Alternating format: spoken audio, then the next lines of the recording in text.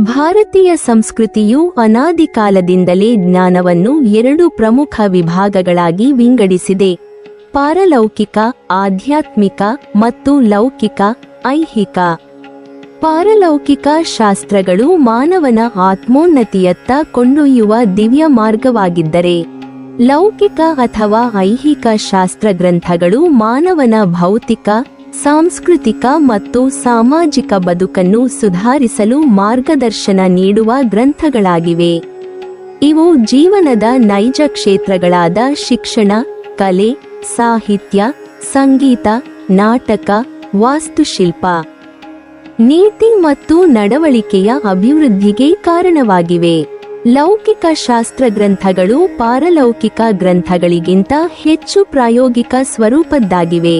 ಇವು ಮನುಷ್ಯನು ಸಮಾಜದಲ್ಲಿ ಹೇಗೆ ವರ್ತಿಸಬೇಕು, ಹೇಗೆ ಕಲೆ ಮತ್ತು ಸಂಸ್ಕೃತಿಯ ಮೂಲಕ ಜೀವನವನ್ನು ಸುಂದರಗೊಳಿಸಬೇಕು ಎಂಬುದನ್ನು ತಿಳಿಸುತ್ತವೆ.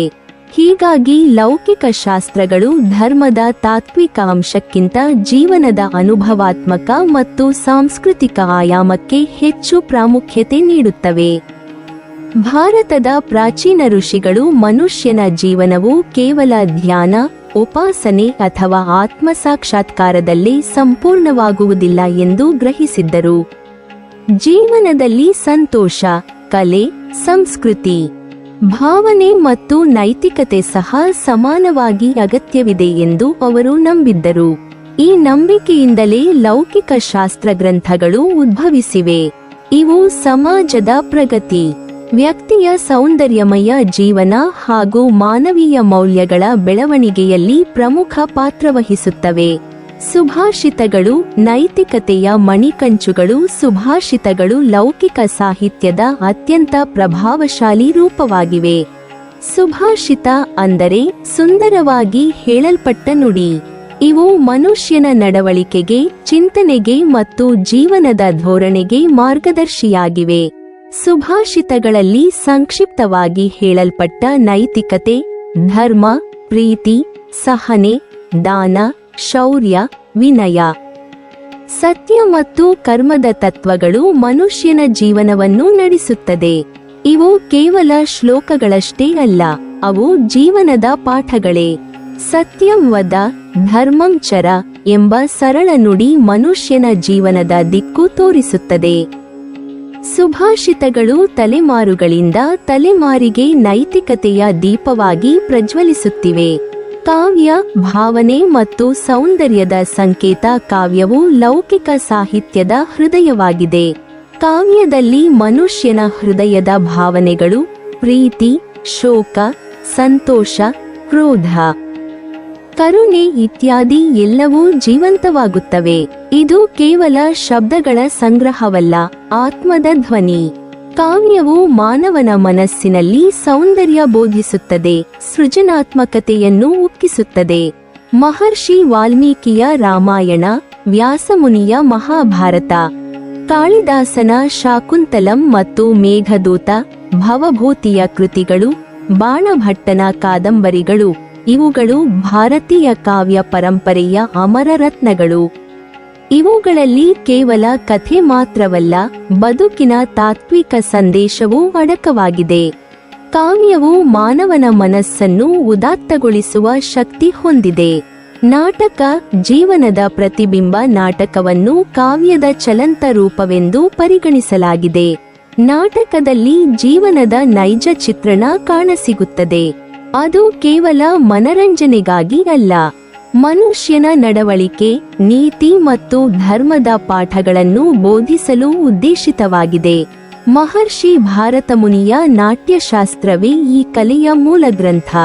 ಇದು ಕೇವಲ ವೇದಿಕೆಯ ಕಲೆ ಅಲ್ಲ, ಅದು ಜೀವನದ ನಾಟಕವೇ. ನಾಟಕವು ಪ್ರೇಕ್ಷಕರಲ್ಲಿ ಭಾವನೆ, ಕಾರಾಯೆ, ಪ್ರೇಮ ಮತ್ತು ಧೈರ್ಯವನ್ನು ಹುಟ್ಟಿಸುತ್ತದೆ. ಅದು ಸಾಮಾಜಿಕ ಏಕತೆ, ನ್ಯಾಯ, ಸತ್ಯ ಮತ್ತು ಸೌಹಾರ್ದತೆಯ ಮಹತ್ವವನ್ನು ಸಾರುತ್ತದೆ. ಅಲಂಕಾರಶಾಸ್ತ್ರ, ಭಾಷೆಯ ಸೌಂದರ್ಯಶಾಸ್ತ್ರ. ಅಲಂಕಾರಶಾಸ್ತ್ರವು ಸಾಹಿತ್ಯದ ಅಲಂಕಾರ, ಅಂದರೆ ಅದರ ಸೌಂದರ್ಯವನ್ನು ವಿಶ್ಲೇಷಿಸುವ ಶಾಸ್ತ್ರ. ಶಬ್ದ ಮತ್ತು ಅರ್ಥದ ಸೌಂದರ್ಯ ಹೇಗೆ ಸಾಹಿತ್ಯವನ್ನು ರಂಜಕಗೊಳಿಸುತ್ತದೆ ಎಂಬುದನ್ನು ಇದು ವಿವರಿಸುತ್ತದೆ. ವಾಮನ, ದಂಡಿ, ಭಾಮಹ, ಅನುಭವಗುಪ್ತ ಮೊದಲಾದ ಆಚಾರ್ಯರು ಅಲಂಕಾರಶಾಸ್ತ್ರದ ತಾತ್ವಿಕತೆಯನ್ನು ಅಭಿವೃದ್ಧಿಪಡಿಸಿದರು. ಈ ಶಾಸ್ತ್ರವು ಕವಿಗಳಿಗೆ ಕಾವ್ಯ ರಚನೆಗೆ ಪ್ರೇರಣೆ ನೀಡುತ್ತದೆ ಮತ್ತು ಓದುಗರಲ್ಲಿ ಸೌಂದರ್ಯಾನುಭವವನ್ನು ಹೆಚ್ಚಿಸುತ್ತದೆ. ಅಲಂಕಾರಶಾಸ್ತ್ರವು ಕೇವಲ ಸಾಹಿತ್ಯದ ತತ್ವವಲ್ಲ, ಅದು ಮಾನವನ ಮನಸ್ಸಿನ ರಸಾನುಭವದ ವೈಜ್ಞಾನಿಕ ವಿಶ್ಲೇಷಣೆ. ಲೌಕಿಕ ಗ್ರಂಥಗಳ ಮಹತ್ವ. ಲೌಕಿಕ ಗ್ರಂಥಗಳು ಸಮಾಜವನ್ನು ಸುಧಾರಿಸುತ್ತವೆ, ಸಂಸ್ಕೃತಿಯನ್ನು ಉಳಿಸುತ್ತವೆ ಮತ್ತು ಮಾನವತೆಯನ್ನು ಪೋಷಿಸುತ್ತವೆ. ವೇದಗಳು ಜ್ಞಾನದ ಮೂಲವಾಗಿದ್ದರೆ, ಉಪವೇದಗಳು ಮತ್ತು ವೇದಾಂಗಗಳು ಆ ಜ್ಞಾನವನ್ನು ಜೀವನದಲ್ಲಿ ಅನುಸರಿಸಲು ಕಲಿಸಿದವು. ಅದೇ ರೀತಿ ಲೌಕಿಕ ಶಾಸ್ತ್ರಗ್ರಂಥಗಳು ಆ ಜ್ಞಾನವನ್ನು ಸಂಸ್ಕೃತಿಯ ರೂಪದಲ್ಲಿ, ಕಲೆಯ ಮುಖಾಂತರ, ನೈತಿಕ ಜೀವನದ ಪಾಠಗಳ ಮೂಲಕ ಜೀವಂತಗೊಳಿಸಿದುವು. ಭಾರತದ ಜ್ಞಾನ ಪರಂಪರೆಯಲ್ಲಿ ಈ ಗ್ರಂಥಗಳು ಮಾನವನ ಅಂತರಂಗ ಮತ್ತು ಬಾಹ್ಯ ಜೀವನದ ಮಧ್ಯೆ ಸಮತೋಲನವನ್ನು ಸಾಧಿಸುವ ಸೇತುವೆಯಾಗಿವೆ. ಹೀಗೆ ಪಾರಲೌಕಿಕ ಗ್ರಂಥಗಳು ಆತ್ಮಜ್ಞಾನ ಮತ್ತು ಮೋಕ್ಷದ ದಾರಿಯನ್ನು ತೋರಿಸಿದರೆ, ಲೌಕಿಕ ಗ್ರಂಥಗಳು ಮಾನವನ ಬದುಕನ್ನು ಸುಂದರಗೊಳಿಸುವ ಕಲೆಯನ್ನು ಕಲಿಸಿವೆ. ಈ ಎರಡೂ ಪರಂಪರೆಗಳು ಸೇರಿ ಭಾರತೀಯ ಸಂಸ್ಕೃತಿಯ ದ್ವಿಚಕ್ರದಂತೆ ಕಾರ್ಯನಿರ್ವಹಿಸುತ್ತವೆ. ಒಂದು ಚಕ್ರ ಆತ್ಮದ ಪ್ರಗತಿಗೆ, ಮತ್ತೊಂದು ಚಕ್ರ ಲೋಕದ ಪ್ರಗತಿಗೆ. ಒಟ್ಟಿನಲ್ಲಿ ಲೌಕಿಕ ಶಾಸ್ತ್ರಗ್ರಂಥಗಳು ಭಾರತೀಯ ಸಂಸ್ಕೃತಿಯ ಜೀವಾಳ. ಇವು ಮಾನವನ ಜೀವನವನ್ನು ಧರ್ಮ, ಕಲೆ, ನೈತಿಕತೆ ಮತ್ತು ಸಂಸ್ಕೃತಿಯ ಬೆಳಕಿನಲ್ಲಿ ಪ್ರಕಾಶಮಾನಗೊಳಿಸುತ್ತವೆ. ಇವುಗಳ ಪಾಠಗಳು ಕಾಲಾತೀತ, ಇಂದಿಗೂ ಪ್ರಸ್ತುತ. ಮನುಷ್ಯನ ಹೃದಯದಲ್ಲಿ ಸೌಂದರ್ಯ, ಬುದ್ಧಿಯಲ್ಲಿ ಜ್ಞಾನ ಮತ್ತು ನಡವಳಿಕೆಯಲ್ಲಿ ಸತ್ಯ ಬಾಳಲು ಪ್ರೇರೇಪಿಸುವ ಶಕ್ತಿ ಇವುಗಳಲ್ಲಿ ಅಡಕವಾಗಿದೆ. ಹೀಗಾಗಿ ಲೌಕಿಕ ಶಾಸ್ತ್ರಗ್ರಂಥಗಳು ಭಾರತೀಯ ಜ್ಞಾನಸಾಗರದ ಅಮರ ತೀರ. ಇಲ್ಲಿ ಜೀವನವೇ ಕಲೆ, ಕಲೆವೇ ಧರ್ಮ, ಧರ್ಮವೇ ಸಂತೃಪ್ತಿಯ ಮಾರ್ಗ.